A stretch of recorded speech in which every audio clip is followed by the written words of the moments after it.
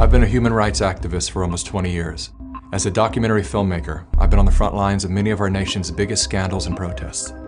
From that perspective, I've been an eyewitness to the rise and fall of numerous people-powered movements. Nearly every organized resistance I've been a part of has ended just inches from victory for the same critical mistake: infighting, when members of the same group turn against each other.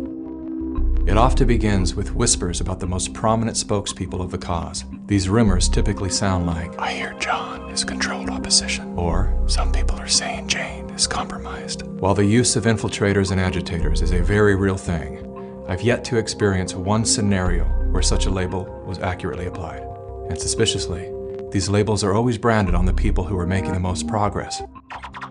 With the degradation of their reputation goes their contribution to your life. Prior to social media, people actually sat down to dialogue through their differences. Today, without solid evidence or sufficient inquiry, we go directly to our keyboards to vent our suspicions.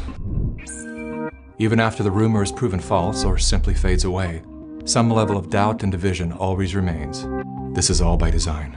Part of what allowed so many people to walk away from Assange was some of the Me Too allegations that had surfaced and that were ultimately discredited, stuck in people's minds. The voices of propaganda are masterful at this game. They knowingly run a false story, then retract it, knowing the lie will reach millions, but very few will see the correction. Amy Coney Barrett's religious faith is being called into question again.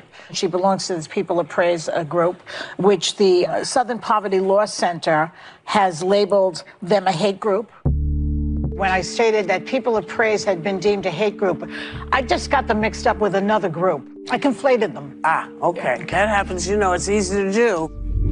In the words of former CIA Director William Casey, "We'll know that our disinformation program is complete when everything the American public believes is false." The planting of divisive rumors is one of the most common tactics used in psychological warfare. As the lies bloom, like worker bees, well-intended citizens pollinate the masses with poisonous disinformation. What the gossiping bees fail to realize is that they themselves are doing the work of controlled opposition. They are literally, unwittingly, working on behalf of the very forces they believe they are resisting. Again, all of this is by design. While we've all been distracted by the latest trends and tragedies, everything that has influence on our behavior has been infiltrated by an agenda to control our thoughts. Whether their goal is to make us purchase a product, vote for a political party, or submit to experimental inoculations, there are forces at work who understand the functionalities of your mind far better than you do. Their goal is total control. But because they are the few and we are the many, they can only achieve total control through the age-old tactic of divide and conquer. You're either with them or with us. Never before have we been so divided. Divided by politics, religion, nation, state, race, class, gender, and now, vaccine status. To better understand how we got here, consider these three quotes from The Art of War by Sun Tzu. "The supreme art of war is to subdue the enemy without fighting. Victorious warriors win first and then go to war. The secret lies in confusing the enemy so that he cannot fathom our real intent." Though Sun Tzu lived over 2,500 years ago, his work remains at the heart of our CIA, as well as the Chinese Communist Party's strategy today. It's no coincidence that around the same era as Sun Tzu, the words "united we stand, divided we fall" were first recorded. It is unity that will save our communities. As you see in the audience, Muslims, Christians, the Jewish community, Democrats, Republicans, white, black, everyone all in between. This is the example of what you get when you choose to attack all members of the human family.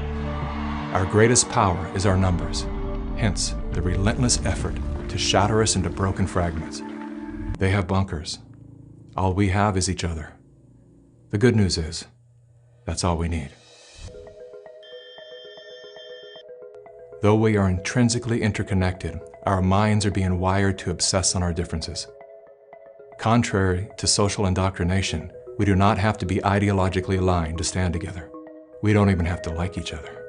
There is only one thing that we must agree on, that freedom is our birthright. Now is the time to let go of whatever it is you're holding on to that keeps you divided from your friends, family, and fellow humans.